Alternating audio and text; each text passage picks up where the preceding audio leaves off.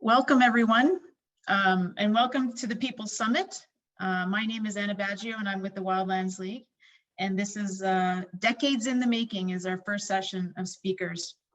We will have, we're honored to be joined by three communities, JB from Grassy Narrows, John Turner from Moose Cree First Nation, and Chris and Marilyn from Shawanaga. Just a couple of housekeeping notes to get you oriented. Each presenter will speak for about 15 minutes, and then questions will come at the end of the session, not at the end of each talk.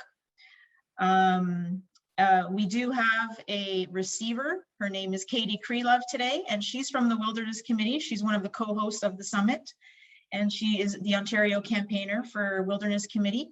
Katie will be playing the role of the receiver in this session, and what that means is at the very end, Katie will be asking questions of the panelists, and she will be taking some questions. We will be feeding some questions to Katie from you, the audience, and don't worry if we don't get to all your questions. We promise to have them all answered post-summit in an email. And before I begin, let's just see where everyone is coming from.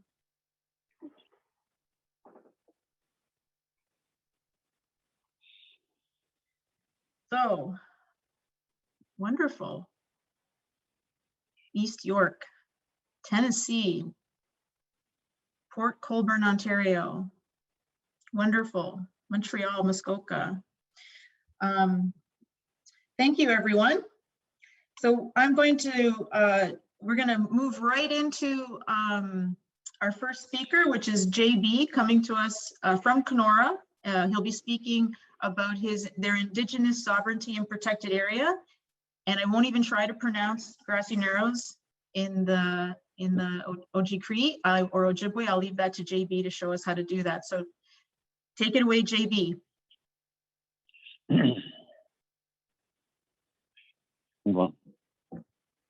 Yeah, good morning, everybody. My name is Joseph Fobister. I'm from Asubpeeschoseewagong. It's an Ojibwe word that describes the land as a land of thick grass.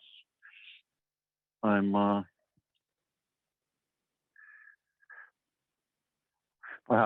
go by, my friends call me JB. My traditional name is Bindosh. And I guess my story really is about what I thought was a crazy idea. I'd heard of blockades out west and down east, and Oka was one that really I guess inspired me to suggest, you know, we can do a blockade. There was a lot of planning that went into it to do a blockade, a lot of presentations, attending meetings, and going to the school to do presentations for the students. And that suggestion came, that was a crazy idea, but it turned out to be something very amazing. We've seen a lot of support from a lot of people, various groups, various organizations. It's been a tough,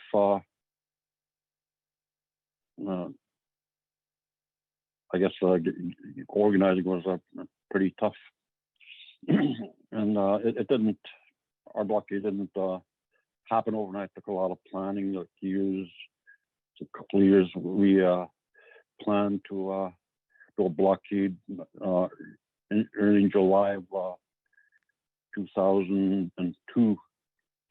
Then we backed off because we felt that we wouldn't get the support we would need.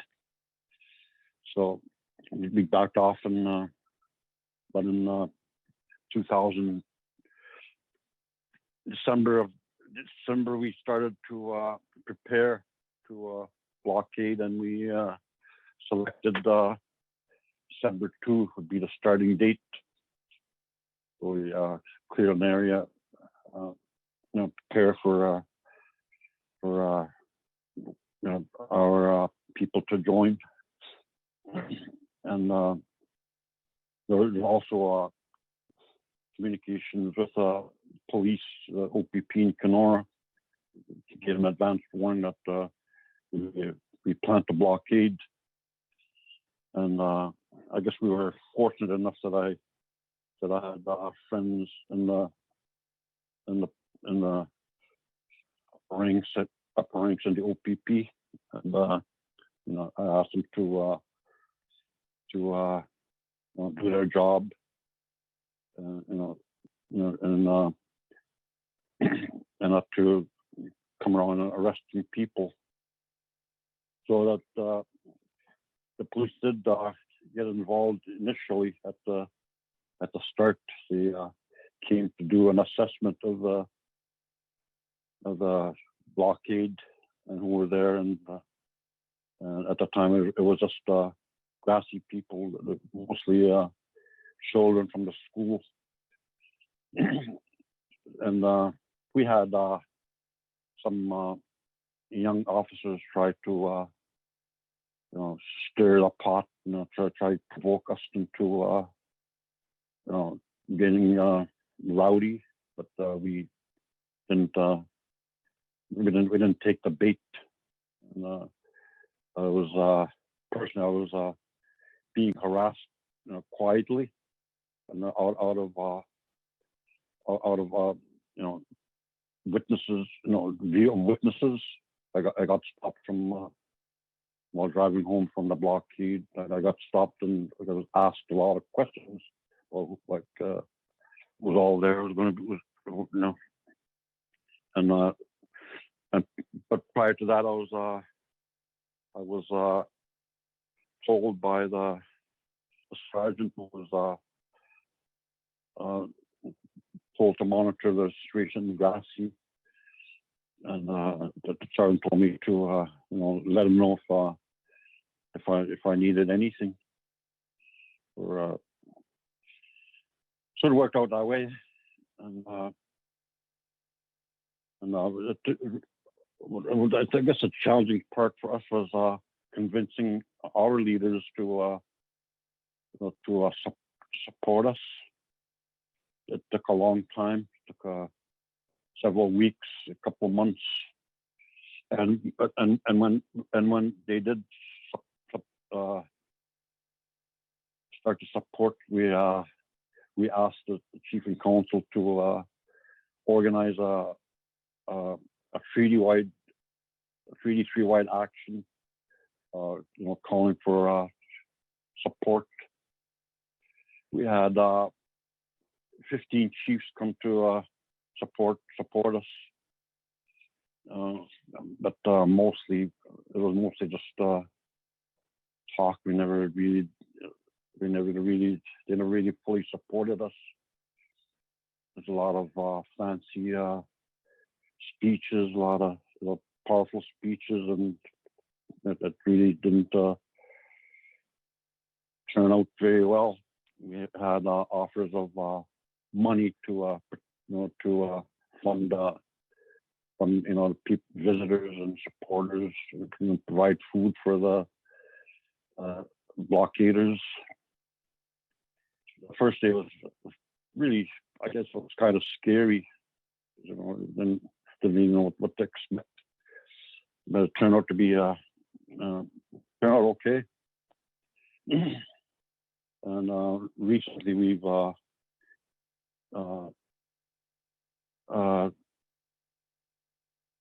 our chief counsel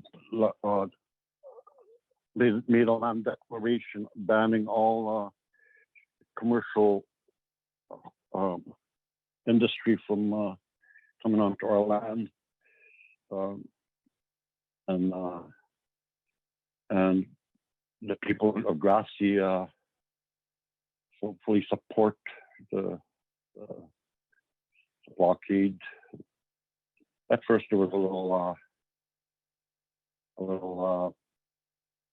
I guess people were worried that there'd be violence, but it didn't turn out that way. It turned out okay. In fact, we had a lot of support from our neighbors in Kenora. So now we're at so now we've the land is around us is declared a protection area, and we're inviting the Minister of Natural Resources to support the land declaration in the Indigenous sovereignty area. We want them to honor and respect it. We've hired 4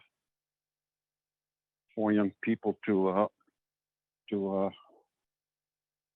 monitor the land around our territory, and it's worked out quite well. The guys are really motivated by the actions that have been happening. Right now they've run out of funding, but they're still out there monitoring, doing repairs and to the road and keeping it open, and reporting any activity that they see happening out there. So it's working out really good. And unfortunately, we don't. We're hearing from MNR that the Ministry of Natural Resources that the communities around the other reserves in the area are not have concerns about what Grassy is doing. We're hearing from MNR, but we're not really hearing from the people that are concerned. So I think I don't really believe that what MNR is saying is accurate. So I think my opinion is that I think more indigenous communities have to step up and do what we've been expected to do. We need to protect the land. There's been so much done, so much harm has been done. It's not hurting the environment. It's hurting the people that are using the land. There's one speaker said one time, we're not destroying the world, we're destroying ourselves. The land will, when people are gone, the land will repair itself back the way it was. So I think it's just that we have to worry about the people. And I'm also a big believer in planning for the 7 generations that are going to come, and we need to provide a place for them, a safe environment. We need to make sure that the land is healthy, people are healthy. So that's pretty much all I can say for now.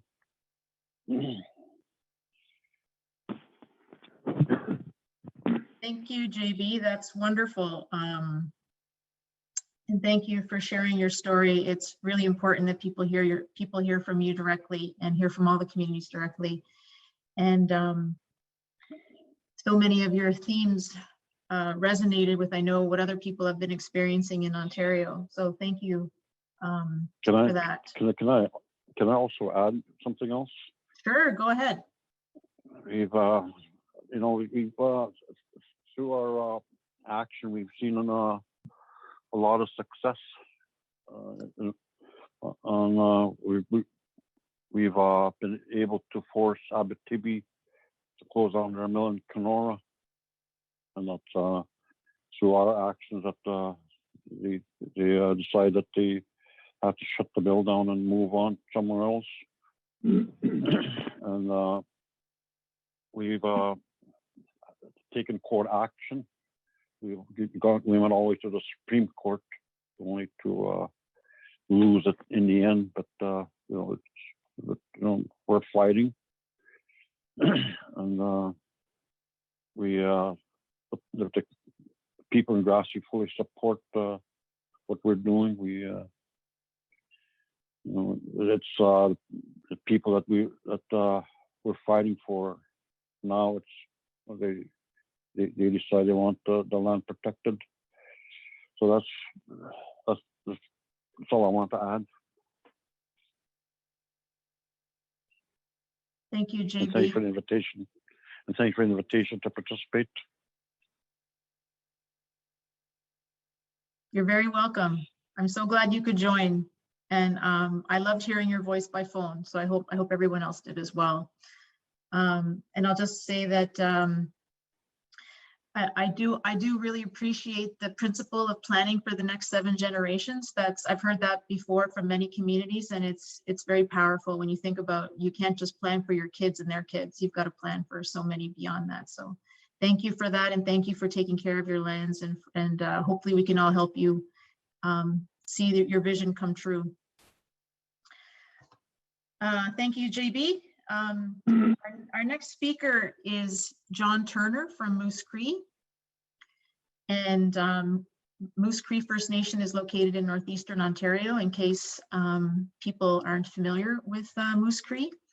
And John Turner is a land use planner and has many years of experience in lands and resources. And we're so honored for John to come and share with the People Summit the story of Moose Cree and the North French Watershed.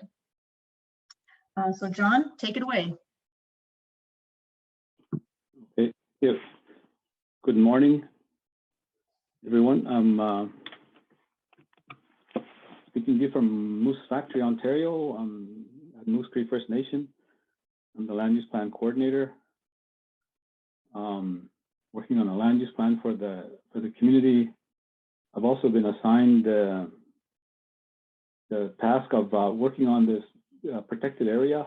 We have an area where the community has decided that they want to see as a protected area. So this has been going on for a few years, actually, quite a few years. Since around 2002, it first started. It was initiated by the people from the community and approached the leadership, the chief and council, and the leadership supported it. Not only that, but successive leaders, chiefs and councils have continued to support it, and have invested their own funds into it and applied for funds. Most recently, we have been supported by the Federal Government Environment and Climate Change Canada. We currently have some funding that we're working on, that's what we're using right now to try to move this along.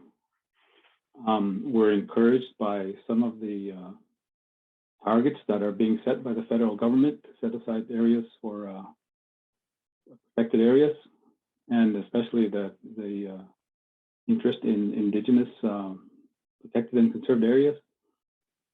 It's like 30% by 2030, these kind of commitments. We find them encouraging. It may be a good time that we're working on this at this time. Hopefully it'll work out. So we're still on the first slide. Can we go to slide number 2? So there should be a map. You should be seeing a map of the area. So I'm located right at the top of the picture there, the Moose Factory, Ontario. That's the bottom of James Bay that you can see. The green outline area is the area that we acknowledge as the Moose Cree First Nation homelands area. That was made up by interviewing elders and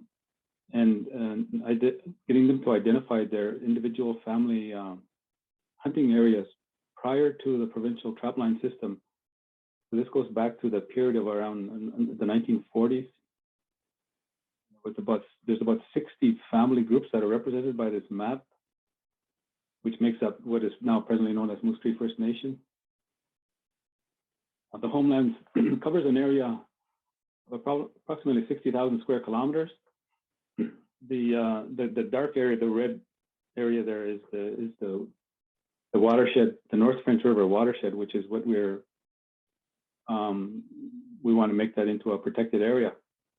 It's about 10% of the total of the homelands area. It's about 6,600 square kilometers. It's an intact. The reason why we want to see it protected, it's an intact watershed. There's really no industrial development there yet. A little bit further south, you can see from the map that a little bit further south is where you get into the roads and the highways, forestry activities. About half of the homelands and about half of the North French River watershed is dissected by a line which defines what Ontario calls the far north area, which does not have a land use plan, and that's one of the things I'm working on. But it also means that in that process, the community will decide about such things as protected areas and which areas will be allowed open for development. But if the southern area has an existing land use plan and existing legislation and regulations around land uses, so it makes it a little bit more complicated. But as it happens, in the North French River watershed itself, there is very little industrial activity. There's a few mining claims. There's no active mines. There's very little forestry. The forestry company that's licensed to operate there, they're aware of what we're intending to do. They've decided on their own to postpone forestry there for a long time, about 70 years, according to them. Mainly due to their planning that they have to do around caribou, protection of habitat for caribou. There's a herd of caribou that uses that area. They're about as far south in this part of Ontario as you will find caribou, and they were a threatened species. So again, the idea of protecting this area originated from the community and was supported by the chief and council, and for a number of reasons that it's important to the community. For one, mainly for the water, the clean water, but also for other things like biodiversity. There's a species of trout, for example, that uses this river, and they spend half of their lifetime in James. They migrate back and forth. They spend half of their lifetime in James Bay and half of their lifetime in the fresh water. They go back and forth a couple of times a year. There's a population of caribou, as I said. We're interested in looking into the possibility of carbon storage as a land use for this area. It's clean. One of the main reasons. It has lots of cultural importance. I'll talk about that in a minute with some of the families. There's also like a lot of Indigenous communities, Moose Cree is encountering a cultural, resurgence. So at the mouth of the river there, where it joins the Moose River, is the site of the original community. At the signing of the treaty in 1905, people settled there and built a community. And recently, around the 1980s, we started having gatherings there, and it became a site for ceremonies. Starting from around that time up to the present day, there's still ceremonies that happen there every year in the summertime.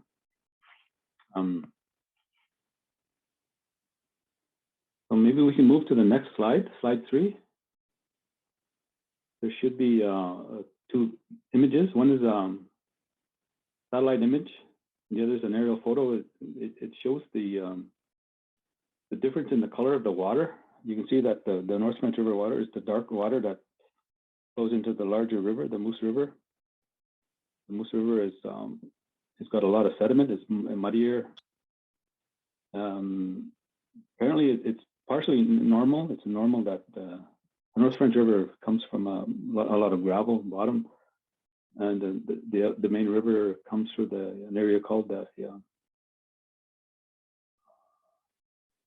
different area, but it's a lot of people here believe that it's caused partly in some way by hydro development. There's a number of hydro dams on the Abitibi and the Matagami River, which are two of the main tributaries of the Moose River. Especially certain times of the year when there's a lot of water in the river, the water's high, either after a heavy rain event or after when the snow melts in the spring, there's a lot of sediment in the river. We have a real problem with sediments now in the area around the community Moose Factory, lots of sandbars that are caused in part by hydro development. People that say that hydro is clean energy wouldn't say that if they live downstream from a hydro project. Maybe we can move to the next slide. So I was talking earlier about the importance of the community, the area to individual family areas. The picture on the left, on the top left, was taken around 1930 here in Moose Factory by an anthropologist that spent some time here. Actually, his name was John Cooper. He did a report that was published, and he documented some of these traditional family hunting areas that were from the time period of about 1880. And this family here, this couple on the left, were active there at that time. The lady there is wearing a coat made out of a traditional jacket made out of woven rabbit skins, snowshoe hares. They're woven into to make a coat. And anyways, they were one of the families that used that area, and the same family continues to use the same area up to now. So since at least 1880, they've been using that area. On the left is their son, John Smallboy, and then beside him is his daughter and her husband, and then their son. And then the one on the right is the next generation. So they continue to go there. They continue to use that area at certain times of the year. Even though we don't spend all year out there like we did at one time, we still, as much as possible, go to these areas. And there's a few families here that continue to do that. They've continued to use the same area since that time for many, many generations. So apparently there's 13 families in the North French River watershed that have ties to that area. So basically all of the population of Moose Cree First Nation, we have about maybe close to 5,000 members now. And everybody can trace their origins to a place somewhere, a location somewhere on the land. We still have that connection, and it's something that people feel it's important. So maybe to the next slide. Next slide shows, there's the next couple of slides show the traditional seasonal activities. The traditional calendar had actually 2 extra seasons. There's actually 6 seasons that people recognize. Traditionally, there was a season between spring and summer, which is kind of like we're at the end of that season now. There's another season that goes between fall and winter. And then there's the winter and the spring and the summer also, the fall. So it just shows you that there was historical, traditional cycle activities. And to the next slide, maybe. It shows the people lived a nomadic lifestyle. They would spend really only the summers here in Moose Factory at the mouth of the river. The summer was the only time really for socializing and getting together. Most of the time was spent in small family groups, moving around. People didn't spend too much. They didn't spend too much time in one area. They didn't want to over harvest their areas. They would move around a lot so that they would not have too much of an impact on the land. And they would go to certain places where it was there was migrations happening. For example, movements of caribou, migrations of geese in the spring and the fall, certain seasons when it was better to hunt moose and to get fish as they're running and those kind of things. And that's basically the way people organize their lives around these traditional cycles of harvesting. And it's only since about 1960 that people have actually lived in a permanent community here in Moose Factory. So the next slide shows one of these typical family groups. This picture was taken around 1960. It would be an extended family, 3 brothers and their families, basically, that would live together all winter.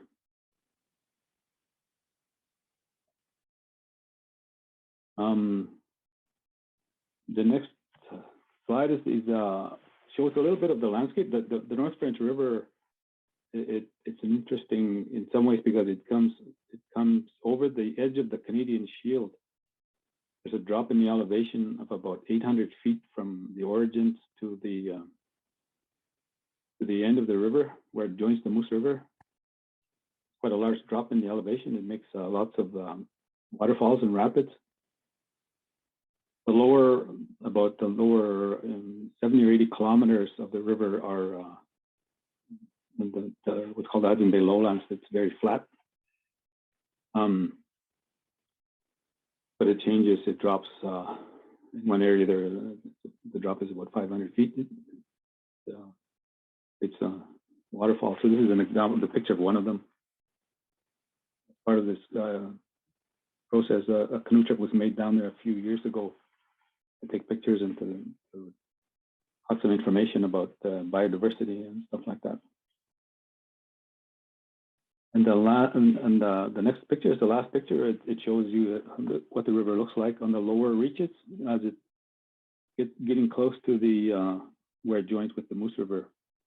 So it's very flat and slow moving, and a good area for sturgeon. People fish for sturgeon there. The fish in the North French River we proved that they were they're uncontaminated. In the Moose River system itself, we're finding signs of industrial contamination in fish caused by, we live at the bottom of the river, I guess, and all the contaminants come downstream from further up where the developments are, hydro dams, used to be pulp mills in towns, that kind of thing. So that's about it. Thank you. Thanks for having me. Thank you, John. That was great. I really appreciate hearing about the North French. And I just want to also thank you for persevering for so long, your community. These protected areas often take decades. And it's kind of one of the themes we wanted to share with people is that it takes a long time. And these things only happen because of people's perseverance and their principles, and they keep going. So thank you for that. And I look forward to some questions at the end. I'm sure Katie has some. And we'll just move into Shawanaga First Nation. So Chris and Marilyn, take it away.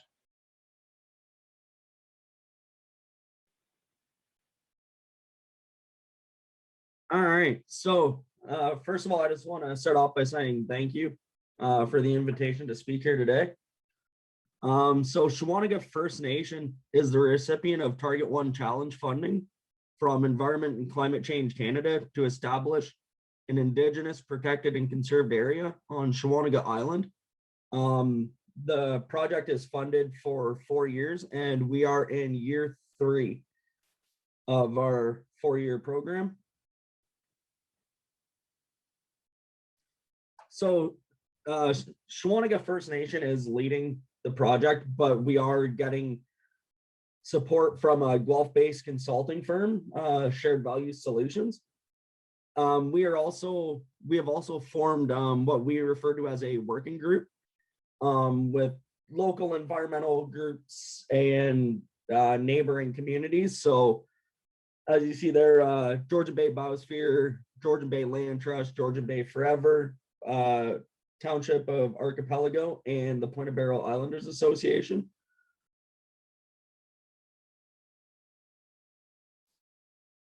So Shawanaga First Nation belongs to the larger Anishinaabe Nation, which stretches across much of Ontario, east across the prairies and around the northern shores of the Great Lakes. So in pre-contact times, Anishinaabe in this region ranged from the Sagan River to the south, the Magnetawan River to the north, west to Georgian Bay, including the 30,000 Islands, and east to the Ottawa Valley. It is also part of the Robinson Huron Signatory. So Shawanaga's surveyed reserve lands are in 3 parcels. You can see them marked in green on here, or sorry, marked in red. First one is Shawanaga Reserve number 17, which is where most on-reserve members live. Shawanaga has approximately 600 members, with about 210 living on Shawanaga's surveyed reserve lands. The second one is Shawanaga Reserve number 17B, which in the community is referred to as the Landing. It is on the coastline of Georgian Bay, and where most members launch their boats to travel to and from Shawanaga Island. And lastly is Naskatang Reserve number 17A. It's the northernmost parcel. The Harris River and Naskau River converge and pass through this land. So a little bit more about Shawanaga. Here's actually a quote.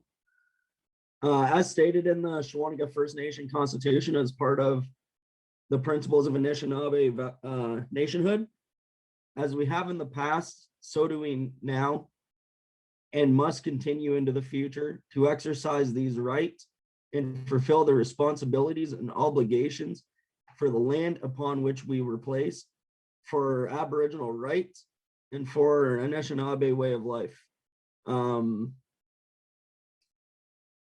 So Shawanaga First Nation is a land code community.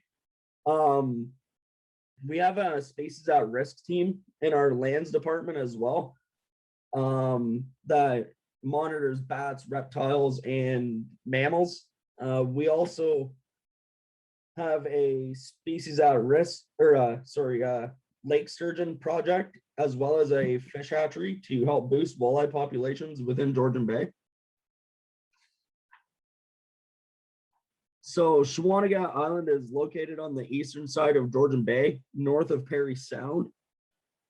So here's where the island is located relative to our surveyed reserve lands. And Shawanaga Island consists of about 1,020 hectares of treaty land plus inland waters, coastlines, and nearshore waters. Recording in progress. Shawanaga Island is located within the Georgian Bay Biosphere Reserve, an area designated by the United Nations Educational, Scientific, and Cultural Organization, otherwise known as UNESCO, in 2006. It is an area of 347,000 hectares that stretches 200 kilometers along the eastern coast from Port Severn to the French River, in the world's largest freshwater archipelago, also known as the 30,000 Islands. So Shawanaga Island has been a candidate conservation reserve since the early 2000s.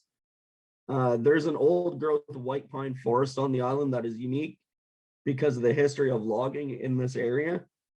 Some baseline studies were done in the early 2000s to characterize the landforms, plants, mammals, birds, reptiles, amphibians, and fish of eastern Georgian Bay.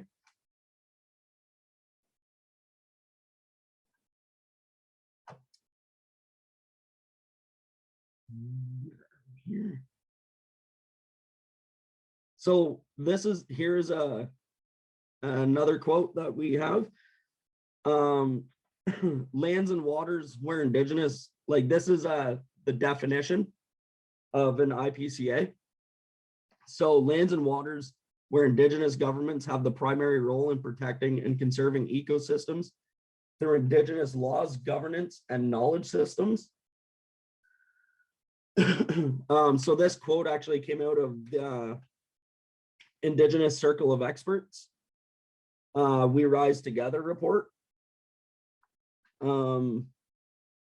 Yeah, so Target One challenge. So Canada has put into place in order to protect 17% of terrestrial areas and inland waters by 2020, and to establish new IPCAs within that time.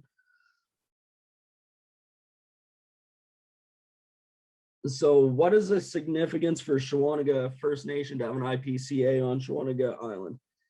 So for decades, Shawanaga members have not been using Shawanaga Island the way their parents and ancestors had. This is including, like, this is for many reasons, including barriers to access and tension with other land users. So thinking about what motivated Shawanaga to establish this IPCA is to really try to lift those barriers and to reconcile with neighboring communities, neighboring organizations, and reconciliation within the community, right?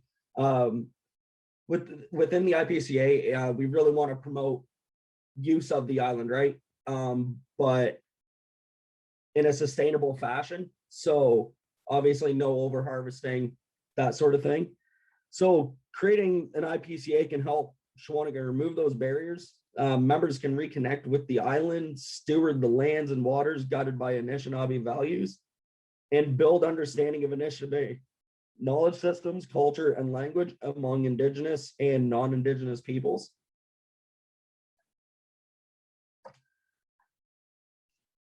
So our vision when the project started is that Shawanaga members will continue to use the island and have greater access. So to help kind of promote that, we are actually in the works right now of putting docks out on the island. Also manage the island using Shawanaga's knowledge systems and values. Reconciliation with the Anishinaabe peoples and all other inhabitants of the land, and revitalize and grow understanding of Anishinaabe language, culture, and knowledge systems.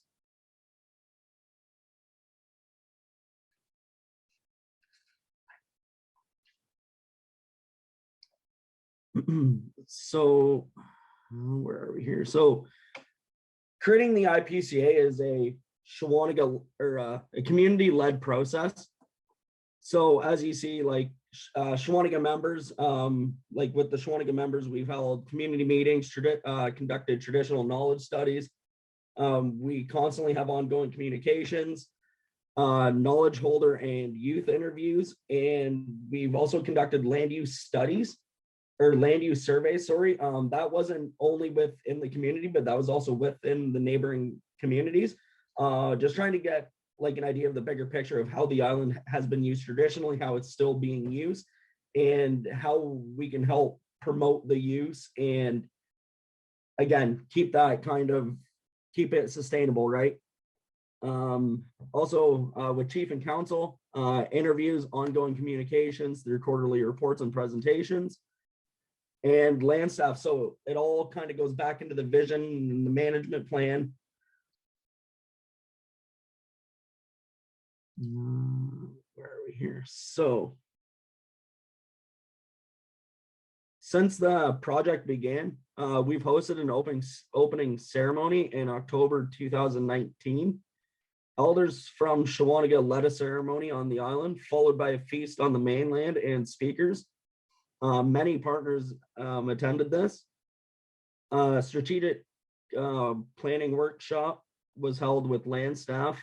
They hired an IPCA coordinator, which I got hired for that position. Capital purchases of boats and docks just to help with transportation to and from the island. And review of potential governance models. Completed a review of potential governance models and options for co-management of Shawanaga Island.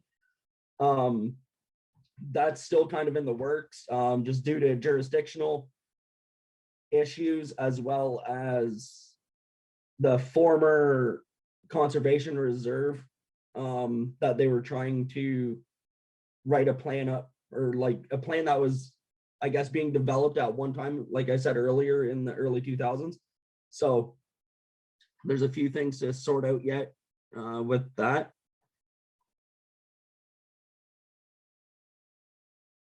So here on the right of the slide is a word cloud. These are all words that the community really emphasized through our traditional knowledge studies that we conducted. Like they really emphasized these kind of words regarding the island. So also continued like with the since the project began, community meetings, meetings with lands committee, again, traditional knowledge and land use studies, and developed a working group with local partners, which I touched on earlier. We've created a logo, as you see on the right, for the project. We're in the works right now to build a website for the IPCA. We're hoping to have that launched by the end of the summer. The website will be used mainly for communication to not only the public, but to everybody, right? We will be selling merchandise on there to help fund the project moving forward, as well as we will be setting up a donations section to help, again, with moving the project along. We do have an IPCA Facebook account. So if everybody wants to check that out and have a look there, we post a lot of information about the project. We do have a video uploaded on the website as well, or on the Facebook page, that I really recommend having a look at. The IPCA Facebook page is Shawanaga Island IPCA. We've circulated a land use survey, like I said earlier, and last summer we conducted water, sediment, and benthic invertebrate sampling, which we will be doing a second round this year. It's not, we're doing it on the like surrounding waters of the island, as well as Shawanaga River. So it's been floated around pretty recently that we are going to try to, I think our plan is right now to possibly try encompassing the river into the IPCA as well, just based on cultural importance, traditional use, current use, and it's a sacred area, right, for not only community but for everybody. And if we can encompass that within the IPCA and bring that on to help promote the sustainability of that river and the fisheries populations and protect some of the species at risk within that river, then that's what we will hopefully be able to do. Also with the logo, hold on. Yeah, okay. So with the logo was designed by community members. Early last year, we put out a competition, like a fun competition to, again, help design this logo. And then we worked with Vincent Design to help bring together a finished product.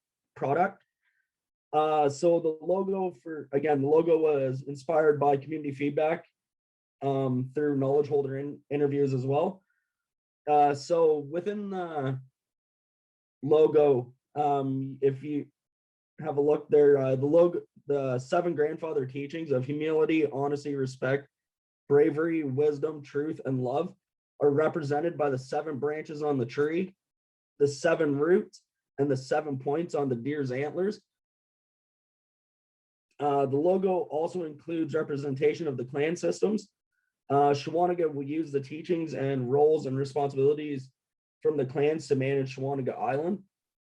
Included in the logo are the Makwa, or the Bear Clan, Ajajak, or Crane Loon Clan, Gingoon, which is Fish Clan, Ngizi, Eagle Clan, Wawashkesh, which is the Deer Clan, and Wabjish, which is the Martin Clan. Each clan has their roles. And like I said, we're gonna definitely try to use those roles and responsibilities within the clan systems to help guide the project along.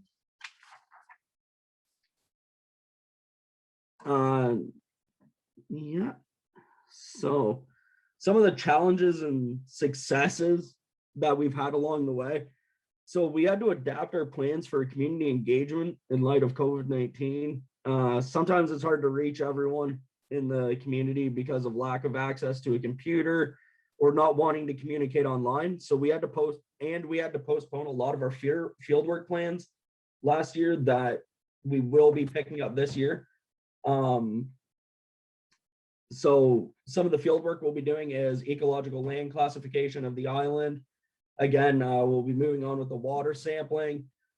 We're gonna be putting out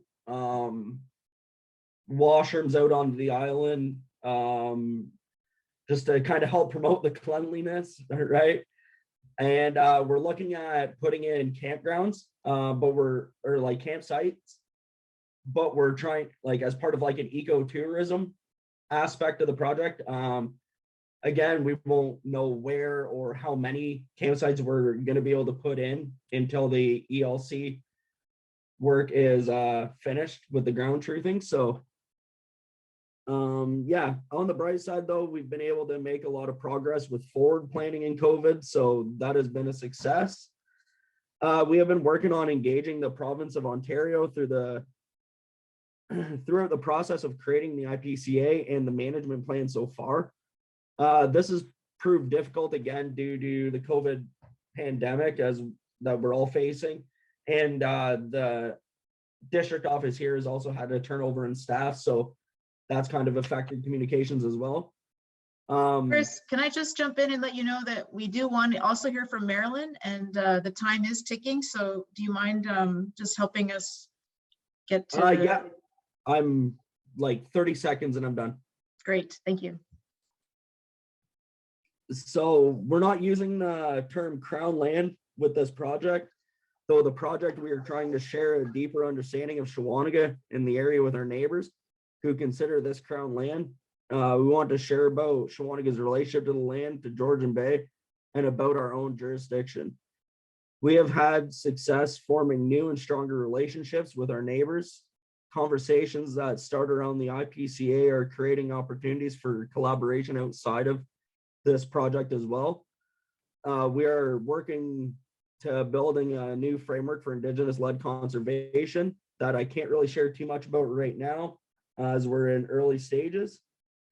And yeah, that's about it. So I just want to say miigwech. And I'll pass it over to Marilyn. Anna, time frame, please. Sorry, what's that, Marilyn? Time frame for me. Oh, can you add, can I give you 5 minutes? Very limited time, but I'll be satisfied with that. Thank you. Okay. My name is Marilyn Capreol. I'm in the, I'm going to say the junior elders of Shawanaga First Nation. Our elders these days are in the age frame. The oldest ones are 83, 84 years old. The messages that have been sent out here, I live off reserve, but I live within the territory of Shawanaga First Nation, but I'm off reserve. The 200 people mentioned on reserve, not all of them are band members. They are partners who come from other nations or other territories. In terms of the island itself, all of the other partners I belong to as well with the Point of Barrel Association. I sit as a director at the Biosphere, and good friends with the other two there, Georgian Bay Forever and the Land Trust. A lot of every day is new information. And the hardest thing for us as elders here and people of Shawanaga First Nations to know that we have our lands in 3 separate areas. So we have the lesser of what we are originally supposed to be planning for. Shawanaga Island is only a piece of the question, or a piece of the territory. We have other things that are highly at risk here. And it's not just about the animals, it's about the water, the impact of sports, anything within the waters and the damage that they do for the plant life, the water conditions, the animals, everything. There are so many sacred sites here, and because most of them are in protection already, it is not being adhered to in that manner. So to invite more people to use our sacred lands is a hard one for us to speak about. We have islands out here that have just incredible vertebrae that are natural deposited in the rocks, and somebody has gone and chiseled them out. That's not acceptable. So when you put your lands and water into protection, it is not about just today. It's about the 7 generations, the 13 generations, and the 28 and the 39 that have already gone by. And our relationship to the continuance of that 7 grandmother teachings, they are written in the sky world too, and they sit with the big and the little dipper. Big dippers represent the grandparents, the small one, the transition to the new knowledge keeper sit in that tiny dipper. So that is an explanation. In terms of working with the group here, I just came on board as an invited elder of Shawanaga First Nation in the past 6 months. And the unfortunate thing, because 2 years have already gone by, the understanding that I have from the young people, they are my teachers, not the other way around. We're equal teachers.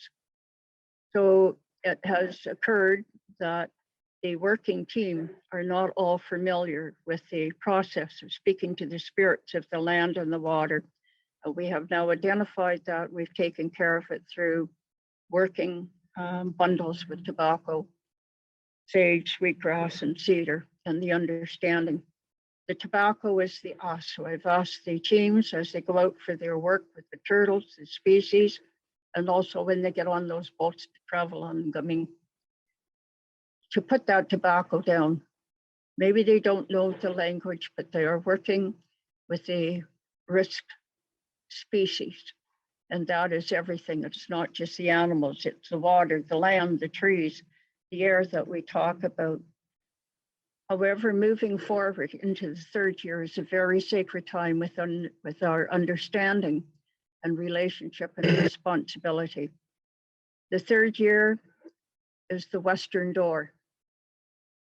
And the Western Door is where those ancestors sit. And it's not that they are calling us to go and sit with them to terminate our life, but they are calling us to recognize the knowledge that has gone on before us. So we're in a very good capacity, and hopefully that in this time that we form a better relationship between all members on and off reserve, because everybody holds knowledge about the sacred waters and lands, the medicines. 4 years is a good start, but we need help to support this project in the forever. So those are working relationships, and our partners are really good partners in that support. And it is up to us as the people to make sure that we walk kindly. We do not look at this land as a means of financial means to something else. It has to be kept in the preservation as the lands and waters and the medicines are in the very beginning of time, not to impact them, not to turn it into an economic process. That would be the wrong thing to do. But I'm only one little person that sits amongst more than 700 people of our land. So with that, I'm conscious of the time. And I really appreciate listening to all the other territories. And some of them I know quite well. And I'm so glad that we have that voice from the north. And in that north direction sits all those wonderful animals and the winds and this process of healing and repairing and restoration. Now, miigwech for listening.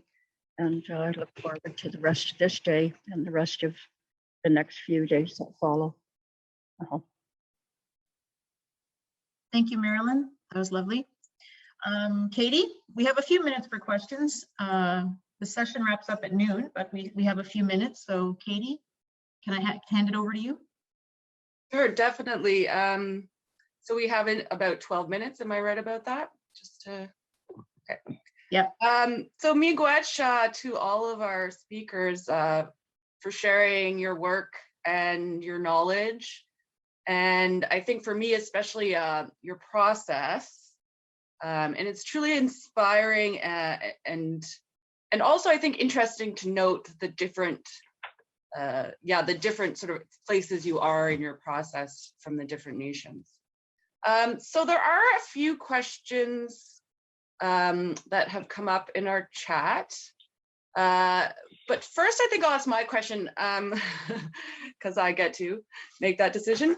And so I think the thing that comes to my mind is, especially with terms of process, is and the different situations you're all in, and that is, what if you had to pick or say what going forward, sort of what is most needed in terms of knowledge building or actions or resources to really advance your projects to the next level or to actually achieve the vision that you have for protecting your territories.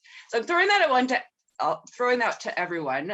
Maybe I'll start with JB. Well, like I said before, I'm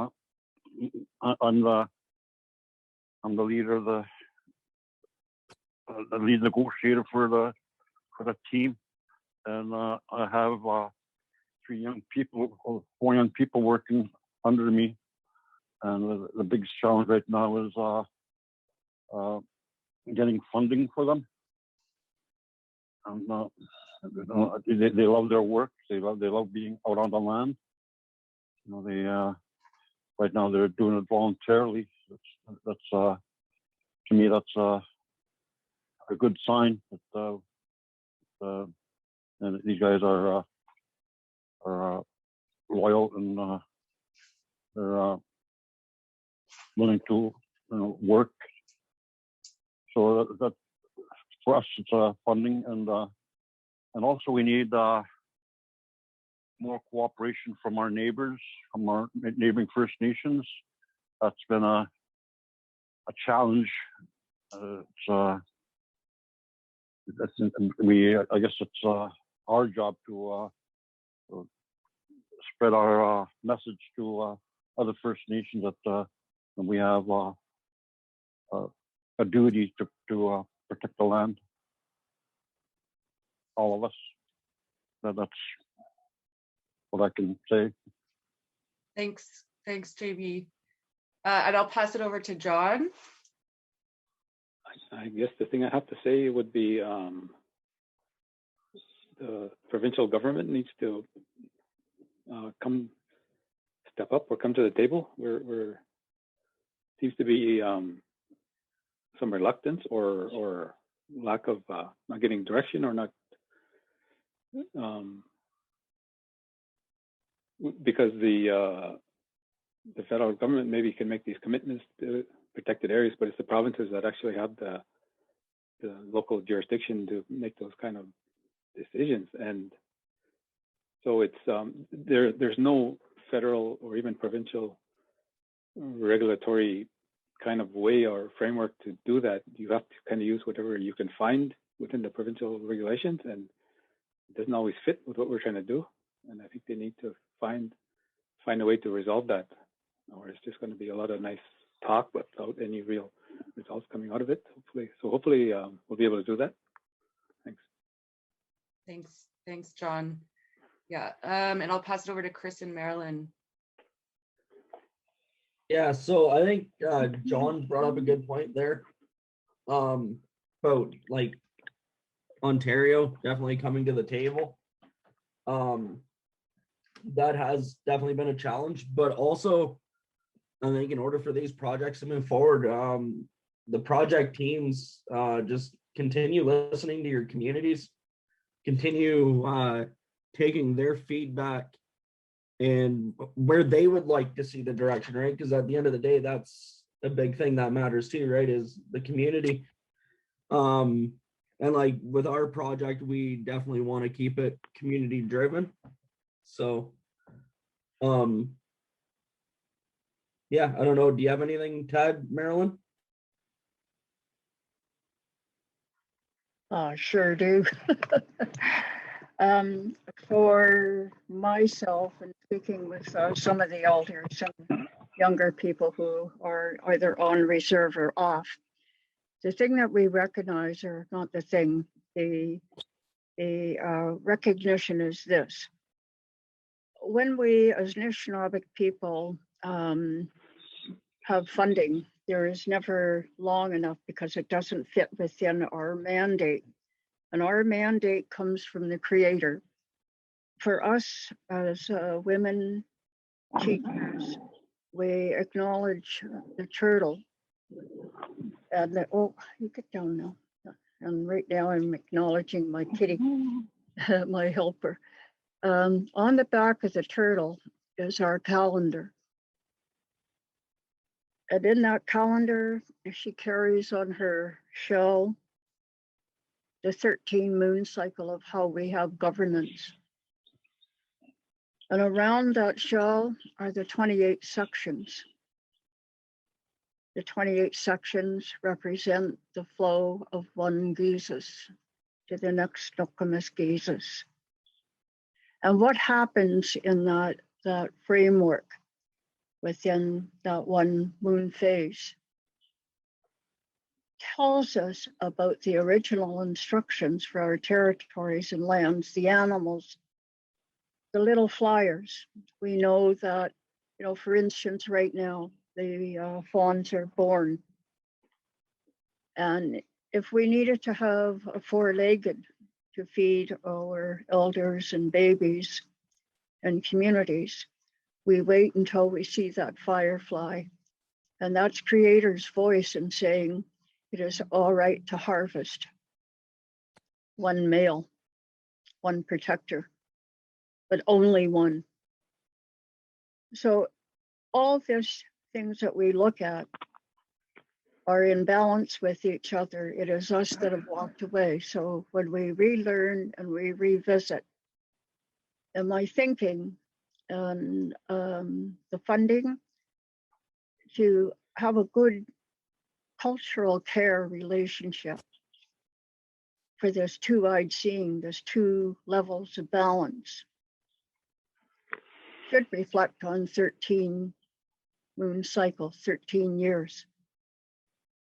Sometimes it takes longer than 1 year to learn about all of that governance. So a more expanded, a more extensive, with the duty from us to have it. It's not just about having money to operate something. It's about sharing the governance, the teaching of the language, the teaching of all many things, the songs, the spirits, understanding the wind. I heard people talking about the ice this morning, the heat. You know, we talk about the protection, and it must be protection for all. Not to make money with, but to be able to have a sustainable life, not for just ourselves because we come last. The sustainable life has to be all those things in that gift before us. 13 years funding would be a good relationship. I just wanted to thank all our speakers. It's been an incredible morning, and you know, from Grassy Narrows to Moose Factory with John, and now to Shawanaga and Georgian Bay. Thank you so much. And We will reconvene at 12:30 for the next session, and it's called Protecting the Breathing Lands. So please come back at 12:30, and in the meantime, take a bio break and recharge, and we'll see you then. Thank you.